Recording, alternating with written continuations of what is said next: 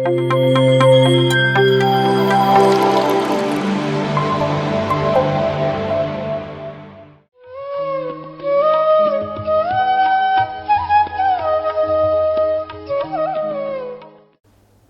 PMC ವಾಹಿನಿ ವೀಕ್ಷಕರಿಗೆ ಹೃದಯಪೂರ್ವಕವಾದಂತಹ ಸ್ವಾಗತವನ್ನು ಕೋರುತ್ತಾ, ಸ್ವಾಧ್ಯಾಯ ಯೋಗ ಕಾರ್ಯಕ್ರಮದ ಅಡಿಯಲ್ಲಿ ಸರ್ವಜ್ಞ ವಾಣಿ ಕಾರ್ಯಕ್ರಮವನ್ನು ವೀಕ್ಷಣೆ ಮಾಡ್ತಕ್ಕಂಥ ಸಮಸ್ತ ವೀಕ್ಷಕರಿಗೆ ಹೃದಯಪೂರ್ವಕವಾದಂತಹ ಆತ್ಮ ಪ್ರಣಾಮಗಳನ್ನು ಸಮರ್ಪಿಸುತ್ತಾ, ನಮ್ಮೆಲ್ಲರ ಗುರುಗಳಾಗಿರುವಂತಹ ಬ್ರಹ್ಮಶ್ರೀ ಸುಭಾಷ್ ಪತ್ರಿಜಿಯವರಿಗೆ ಸಹ ಆತ್ಮ ಪ್ರಣಾಮಗಳನ್ನು ಸಮರ್ಪಿಸುತ್ತಾ, ನಮ್ಮೆಲ್ಲರ ಗುರುಮಾತೆಯಾಗಿರುವಂತಹ ಸ್ವರ್ಣಮಾಲಾ ಪತ್ರಿ ಮೇಡಮ್ನವರಿಗೂ ಸಹ ಆತ್ಮ ಪ್ರಣಾಮಗಳನ್ನು ಸಮರ್ಪಿಸುತ್ತಾ, ಈ ಒಂದು ಕಾರ್ಯಕ್ರಮದ ಕೇಂದ್ರ ಬಿಂದುವಾಗಿರುವಂತಹ ತ್ರಿಪದಿ ಬ್ರಹ್ಮರೆಂದೇ ನಾಮಾಂಕಿತರಾಗಿರುವಂತಹ ಸರ್ವಜ್ಞರಿಗೂ ಸಹ ಆತ್ಮ ಪ್ರಣಾಮಗಳನ್ನು ಸಮರ್ಪಿಸುತ್ತಾ, ಇಂದಿನ ಸರ್ವಜ್ಞವಾಣಿ ಕಾರ್ಯಕ್ರಮವನ್ನು ಪ್ರಾರಂಭ ಮಾಡೋಣ ಮಾಡ್ಯ ಫ್ರೆಂಡ್ಸ್.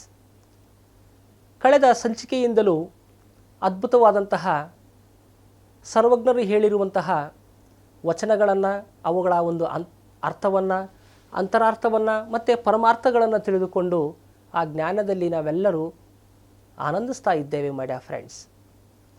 ಈ ಸಂಚಿಕೆಯಲ್ಲೂ ಸಹ ಅವರ ಒಂದು ವಚನವನ್ನು ತಿಳಿದುಕೊಳ್ಳೋಣ.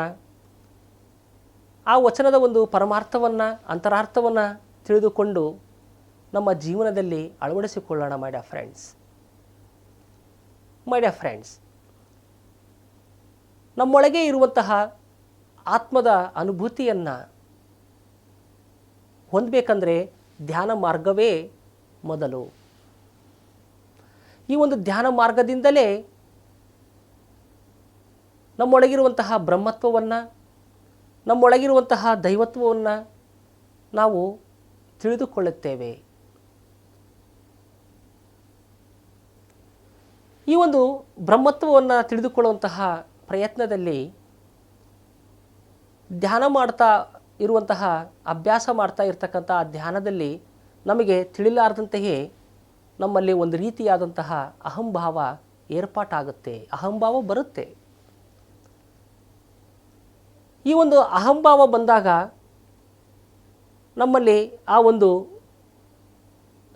ಬ್ರಹ್ಮತ್ವವನ್ನು ಅಥವಾ ನಮ್ಮೊಳಗಿರುವಂತಹ ದೈವತ್ವವನ್ನು ಪ್ರಸಾದಿಸುವಂತಹ ಆ ಒಂದು ಭ್ರಮರಂಧ್ರದ ವಿಷಯ ನಮಗೆ ಗೊತ್ತಾಗೋದಿಲ್ಲ. ಭ್ರಮರಂಧ್ರ ಅಂದರೆ ನಮ್ಮ ಈ ಒಂದು ಸುಳಿಯ ಭಾಗ ಅಂತ ಹೇಳ್ತಾರೆ. ಈ ಒಂದು ಭ್ರಮರಂಧ್ರದ ಮುಖಾಂತರವಾಗಿಯೇ ಅಪಾರವಾದಂತಹ ಒಂದು ವಿಶ್ವಶಕ್ತಿ ನಮ್ಮ ದೇಹದಲ್ಲಿ ಪ್ರವಾಹ ಆಗೋದರಿಂದಲೇ ನಮ್ಮ ಮೂಲಾಧಾರ ಚಕ್ರದಲ್ಲಿ ಆ ಒಂದು ಆತ್ಮ ನಿಶ್ಶಕ್ತವಾಗಿರುತ್ತೆ. ಆ ನಿಶ್ಶಕ್ತವಾಗಿರುವಂತಹ ಆತ್ಮವನ್ನು ಈ ಒಂದು ವಿಶ್ವಶಕ್ತಿ, ಆ ಒಂದು ಭ್ರಮರಂಧ್ರದ ಮುಖಾಂತರವಾಗಿ ಬರುವಂತಹ ಆ ಒಂದು ವಿಶ್ವಶಕ್ತಿ ಆ ಒಂದು ಆತ್ಮಕ್ಕೆ ಶಕ್ತಿಯನ್ನು ನೀಡಿ ನಮ್ಮೊಳಗಿರುವಂತಹ ಆತ್ಮದ ಅನುಭೂತಿಯನ್ನು ನಮಗೆ ತಿಳಿಯುವಂತೆ ಮಾಡುತ್ತೆ. ಹಾಗಾಗಿ ಮೈ ಫ್ರೆಂಡ್ಸ್, ನಮ್ಮಲ್ಲಿ ಅಹಂಭಾವ ಇರಬಾರ್ದು ಎನ್ನುವಂತಹ ವಿಶೇಷವಾದಂತಹ ಜ್ಞಾನವನ್ನು ನೀಡುವಂತಹ ಆ ಒಂದು ವಚನವನ್ನು ಈ ಒಂದು ಸಂಚಿಕೆಯಲ್ಲಿ ನೋಡೋಣ. ಬ್ರಹ್ಮರಂಧ್ರದ ಗೊತ್ತು ಒಮ್ಮೆಲೆ ತಿಳಿಯುವುದೇ, ಹಮ್ಮಿದ ಹೊಲೆಯ ಕಳೆದೊಗೆದ ಶಿವಯೋಗಿ ಬೊಮ್ಮ ತಾನಕ್ಕೂ ಸರ್ವಜ್ಞ. ನೋಡಿ, ಎಷ್ಟು ಸೂಕ್ಷ್ಮವಾಗಿ, ಎಷ್ಟು ನೇರವಾಗಿ ಹೇಳಿದ್ದಾರೆ ಸರ್ವಜ್ಞರು.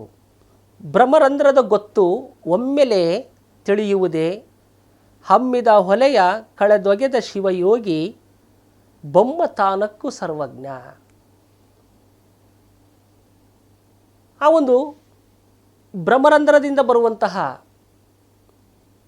ಆ ಒಂದು ವಿಶ್ವಶಕ್ತಿ ನಮಗೆ ಒಮ್ಮೆಲೇ ಗೊತ್ತಾಗೋದಿಲ್ಲ. ಯಾಕೆ ಗೊತ್ತಾಗೋದಿಲ್ಲ ಅಂದರೆ, ನಮ್ಮಲ್ಲಿ ವಿಪರೀತವಾದಂತಹ ಅಹಂಭಾವ ಇರುತ್ತೆ, ಅಹಂಕಾರ ಇರುತ್ತೆ. ನಾವು ಯಾಕೆ ಮಾಡಬೇಕು ಧ್ಯಾನ? ಎದಕ್ಕಾಗಿ ಮಾಡಬೇಕು ಧ್ಯಾನ ಎನ್ನುವಂತಹ ಅಹಂಭಾವ ನಮ್ಮಲ್ಲಿ ಇದ್ದರೆ ಆ ಒಂದು ಭ್ರಮರಂಧ್ರದ ಗೊತ್ತು ನಮಗೆ ಸುಲಭವಾಗಿ ಗೊತ್ತಾಗೋದಿಲ್ಲ. ಆ ಒಂದು ಅಹಂಭಾವವನ್ನು ತ್ಯಜಿಸಿದಾಗಲೇ, ಆ ಅಹಂಕಾರವನ್ನು ತ್ಯಜಿಸಿದಾಗಲೇ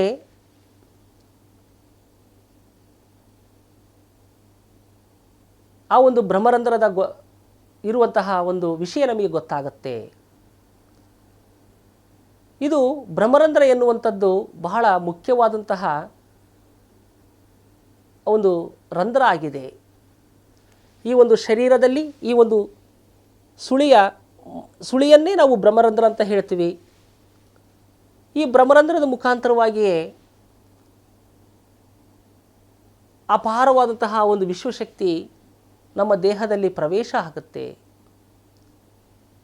ಆ ಒಂದು ವಿಶ್ವಶಕ್ತಿ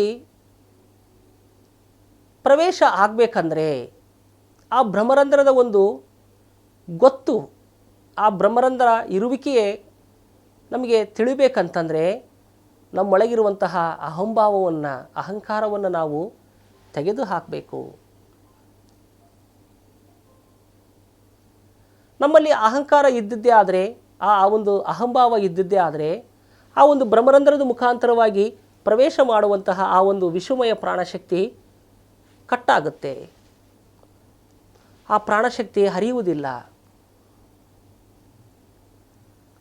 ಯಾವಾಗಾದರೆ ನಾವು ಅಹಂಭಾವವನ್ನು ತೆಗೆದುಹಾಕಿ ನಮ್ಮ ಮನಸ್ಸನ್ನು ನಿರ್ಮಾನುಷ ಮಾಡಿಕೊಂಡು ನಮ್ಮ ಮನಸ್ಸನ್ನು ಶೂನ್ಯ ಭಾವದಿಂದ ಇದ್ದಾಗ ಆ ಒಂದು ಭ್ರಮರಂಧ್ರದ ಮುಖಾಂತರವಾಗಿ ನಮ್ಮ ಒಳಗೆ ಆ ಒಂದು ವಿಶ್ವಮಯ ಪ್ರಾಣಶಕ್ತಿ ಪ್ರವೇಶ ಆಗುತ್ತೆ. ಆ ವಿಶ್ವಮಯ ಪ್ರಾಣಶಕ್ತಿ ಪ್ರವೇಶ ಆದಾಗ ನಮ್ಮ ದೇಹದಲ್ಲಿ ಇರುವಂತಹ ನಾಡಿಮಂಡಲಗಳೆಲ್ಲವೂ ಶುದ್ಧಿಯಾಗಿ ನಮ್ಮ ಮೂಲಾಧಾರ ಚಕ್ರದಲ್ಲಿ ಶಕ್ತಿಹೀನವಾಗಿರುವಂತಹ ಆತ್ಮ ಶಕ್ತಿವಂತವಾಗುತ್ತೆ ಈ ಒಂದು ವಿಶ್ವಮಯ ಪ್ರಾಣಶಕ್ತಿಯಿಂದ.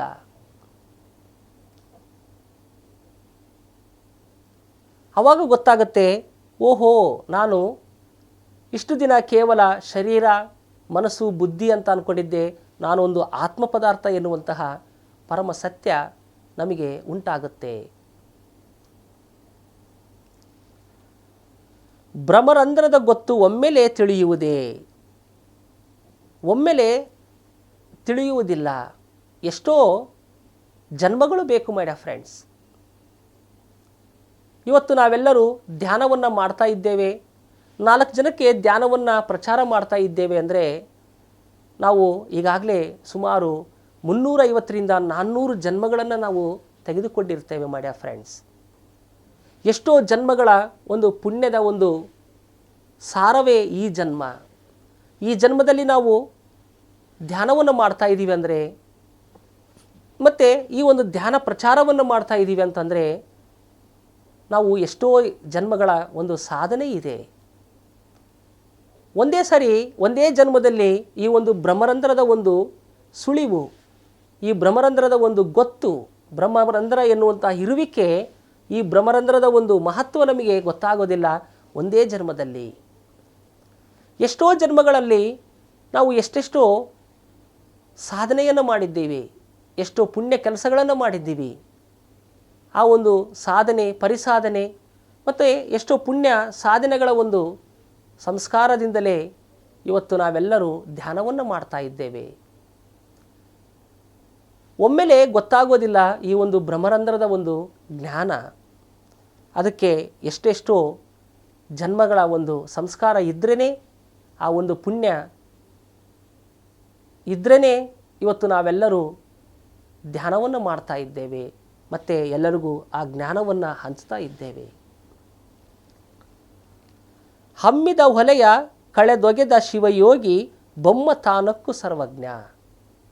ಇನ್ನೊಂದು ಸಾಲಿನಲ್ಲಿ ಹೇಳ್ತಾರೆ, ಅಹಂಭಾವ ಎನ್ನುವಂಥದ್ದು, ಅಹಂಕಾರ ಎನ್ನುವಂಥದ್ದನ್ನು ತೆಗೆದು ಹಾಕಬೇಕು.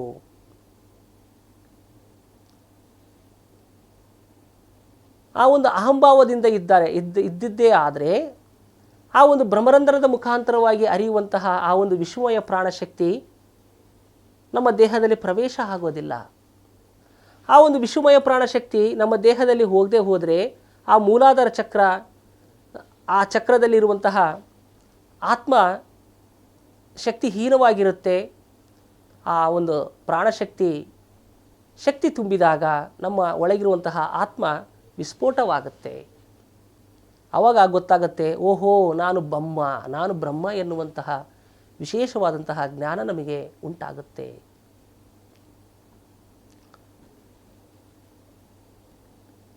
ಈ ಒಂದು ಬ್ರಹ್ಮರಂಧ್ರದ ಮುಖಾಂತರವಾಗಿಯೇ ಆ ಒಂದು ಪ್ರಾಣಮಯ ಶಕ್ತಿ ನಮ್ಮ ದೇಹದಲ್ಲಿ ಪ್ರವೇಶ ಆಗುತ್ತೆ. ಈ ಒಂದು ಪ್ರಾಣಮಯ ಶಕ್ತಿ ನಮ್ಮ ದೇಹದಲ್ಲಿ ಪ್ರವೇಶ ಆಗಬೇಕಂದ್ರೆ ನಮ್ಮಲ್ಲಿರುವಂತಹ ಅರಿಷಡ್ ವರ್ಗಗಳನ್ನು, ನಮ್ಮಲ್ಲಿರುವಂತಹ ಅಹಂಭಾವವನ್ನೆಲ್ಲ ನಾವು ತ್ಯಜಿಸಬೇಕಾಗತ್ತೆ. ಅವುಗಳನ್ನು ಕಳೆದು ಹಾಕಬೇಕಾಗತ್ತೆ, ತೊಳೆದು ಹಾಕಬೇಕಾಗತ್ತೆ. ನಮ್ಮ ಮನಸ್ಸೆಲ್ಲವೂ ಈ ಒಂದು ಅರಿಷಡ್ ವರ್ಗಗಳಿಂದ ಕೂಡಿರುತ್ತೆ. ಕಾಮ, ಕ್ರೋಧ, ಮೋಹ, ಲೋಭ, ಮದ, ಮತ್ಸರ್ಯಗಳಿಂದ ಕೂಡಿರುವಂತಹ ಆ ಒಂದು ಮನಸ್ಸನ್ನು ನಿರ್ಮಾನುಷ ಮಾಡಬೇಕು. ಆ ಮನಸ್ಸನ್ನು ಶೂನ್ಯ ಮಾಡಬೇಕು. ಆ ಮನಸ್ಸನ್ನು ಮಹಾಪರಿಶೂನ್ಯ ಮಾಡಬೇಕು. ಆವಾಗಲೇ ಆ ಒಂದು ಬ್ರಹ್ಮರಂಧ್ರದ ಮುಖಾಂತರವಾಗಿ ಆ ಒಂದು ವಿಶ್ವಮಯ ಪ್ರಾಣಶಕ್ತಿ ನಮ್ಮ ದೇಹದಲ್ಲಿ ಪ್ರವೇಶ ಆಗಿ ಮೂಲಾಧಾರ ಚಕ್ರದಲ್ಲಿ ಶಕ್ತಿಹೀನವಾಗಿರುವಂತಹ ಆತ್ಮದ ಶಕ್ತಿ ವಿಸ್ಫೋಟವಾಗುತ್ತೆ. ಅಂದರೆ ಆವಾಗ ಗೊತ್ತಾಗುತ್ತೆ ನಾವು ಬ್ರಹ್ಮ, ನಾವು ಆತ್ಮ ಎನ್ನುವಂಥ ವಿಚಾರ. ಅಹಂಭಾವದಿಂದ ಕೂಡಿರ್ತಕ್ಕಂಥ ಮನಸ್ಸನ್ನು ನಾವು ತೆಗೆದು ಹಾಕಬೇಕು. ಆ ಒಂದು ಅಹಂಭಾವವನ್ನು ತೆಗೆದು ಹಾಕಿದವನೇ ಶಿವಯೋಗಿ.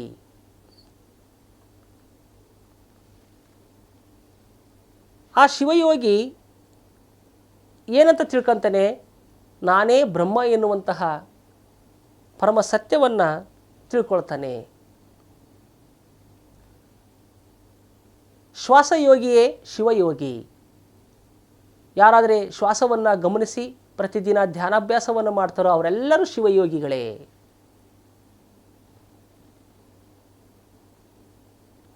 ಶ್ವಾಸ ಇರುವವರೆಗೂ ನಾವು ಶಿವ, ಶ್ವಾಸ ನಿಂತೋದ ಮೇಲೆ ನಾವೆಲ್ಲರೂ ಶವ, ಮೈ ಡಿಯರ್ ಫ್ರೆಂಡ್ಸ್. ಹಾಗಾಗಿ ಆ ಶ್ವಾಸದ ಶಕ್ತಿಯನ್ನು ತಿಳ್ಕೋಬೇಕು.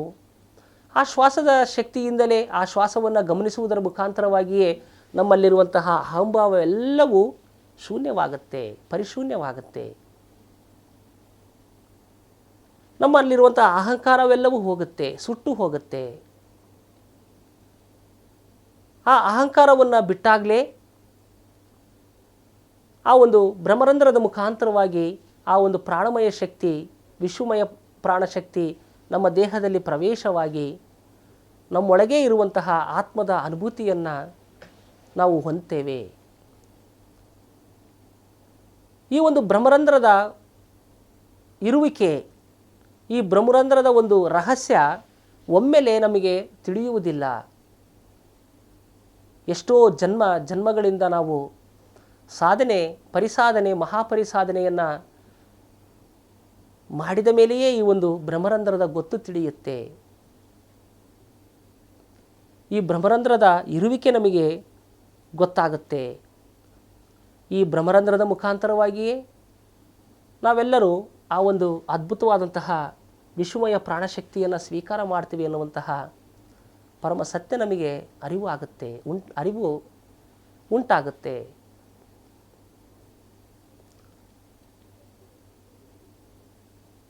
ನಾವು ಈ ಜನ್ಮದಲ್ಲಿ ಧ್ಯಾನಕ್ಕೆ ಬಂದಿದ್ದೀವಿ ಅಂತಂದರೆ ನಾವು ಗತ ಜನ್ಮದಲ್ಲಿ ಎಷ್ಟೋ ಧ್ಯಾನ ಸಾಧನೆಯನ್ನು ನಾವು ಮಾಡಿರ್ತೀವಿ. ಈ ಜನ್ಮದಲ್ಲಿ ನಾವು ಧ್ಯಾನ ಪ್ರಚಾರ ಮಾಡ್ತಾ ಇದ್ದೀವಿ ಅಂದರೆ ಗತ ಜನ್ಮದಲ್ಲೂ ಸಹ ನಾವು ಧ್ಯಾನ ಪ್ರಚಾರ ಮಾಡಿರ್ತೀವಿ. ಅಂದಿನ ಒಂದು ಸಂಸ್ಕಾರವೇ ಇಂದಿನ ಒಂದು ಸಂಸ್ಕಾರ, ಮೈ ಡಿಯರ್ ಫ್ರೆಂಡ್ಸ್. ಗತ ಜನ್ಮದಲ್ಲಿ ನಾವು ಏನೆಲ್ಲ ಮಾಡಿರ್ತೀವೋ ಅದೇ ಮುಂದುವರಿತಾ ಹೋಗುತ್ತೆ. ಈ ಜನ್ಮದಲ್ಲಿ ನಾವು ಅದ್ಭುತವಾಗಿ ಧ್ಯಾನ ಮಾಡ್ತಾ, ಧ್ಯಾನ ಪ್ರಚಾರವನ್ನು ಮಾಡ್ತಾ, ಮತ್ತು ಮುಂದಿನ ಆ ಒಂದು ಉನ್ನತ ಸ್ಥಿತಿಗೆ ಸೇರಿದಾಗ ಮತ್ತು ಅವತಾರ ಪುರುಷರಾಗಿಯೂ ಸಹ ಈ ಒಂದು ಭೂಮಿಗೆ ಬರ್ತವೆ.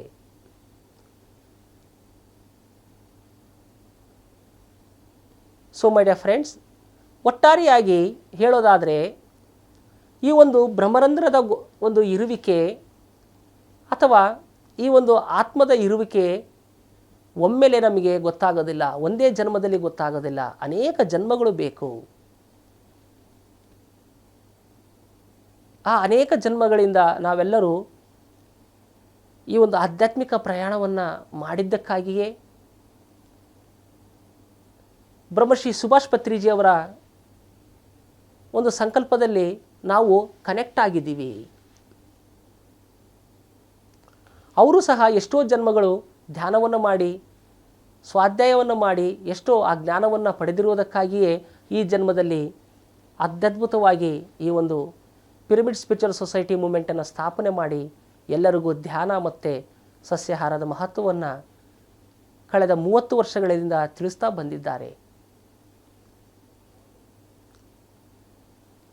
ಈ ಮಹಾನುಭಾವರ ಒಂದು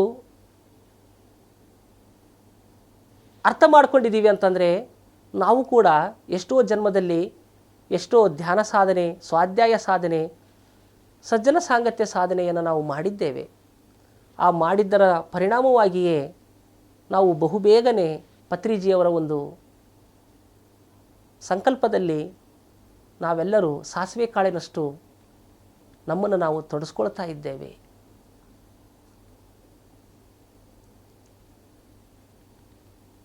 ಈ ಒಂದು PMC ವಾಹಿನಿಯ ಮುಖಾಂತರವಾಗಿ ಎಲ್ಲರಿಗೂ ಈ ಒಂದು ಧ್ಯಾನ ಜ್ಞಾನವನ್ನು ಬೋಧನೆ ಮಾಡ್ತಾ ಇದ್ದೇವೆ. ಇದು ಈ ಒಂದು ಜನ್ಮದ ಸಂಸ್ಕಾರವಲ್ಲ, ಎಷ್ಟೋ ಜನ್ಮಗಳ ಒಂದು ಸಂಸ್ಕಾರ, ಎಷ್ಟೋ ಜನ್ಮಗಳ ಒಂದು ಪುಣ್ಯ.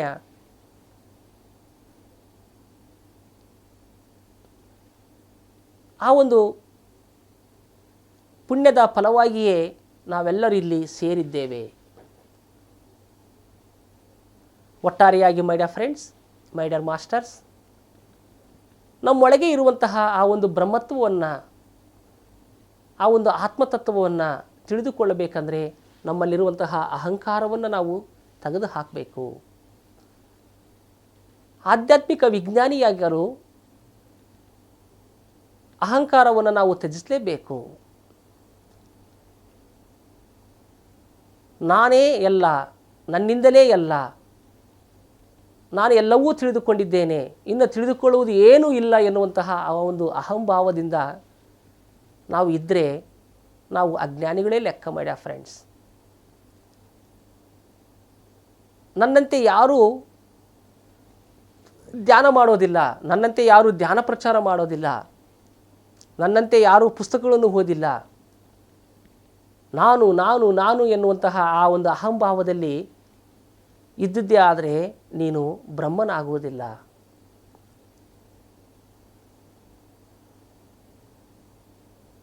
ಆ ಒಂದು ಅಹಂಭಾವವನ್ನು ನಾವು ತ್ಯಜಿಸಬೇಕಾಗಿದೆ. ಆ ಅಹಂಭಾವ ತಾನಾಗಿಯೇ ಹೋಗುತ್ತೆ ನಿರಂತರವಾದಂತಹ ಧ್ಯಾನ ಸಾಧನೆಯಿಂದ, ಸ್ವಾಧ್ಯಾಯ ಸಾಧನೆಯಿಂದ, ಸಜ್ಜನ ಸಾಂಗತ್ಯ ಸಾಧನೆಯಿಂದ. ಮೈ ಡಿಯರ್ ಫ್ರೆಂಡ್ಸ್, ಒಟ್ಟಾರೆಯಾಗಿ ಮೈ ಡಿಯರ್ ಫ್ರೆಂಡ್ಸ್, ನಾವೆಲ್ಲರೂ ಆ ಒಂದು ಅಹಂಭಾವವನ್ನು ಬಿಟ್ಟು ನಮ್ಮೊಳಗೆ ನಾವು ಪ್ರಯಾಣ ಮಾಡೋಣ. ಎಲ್ಲರನ್ನ ಆ ಒಂದು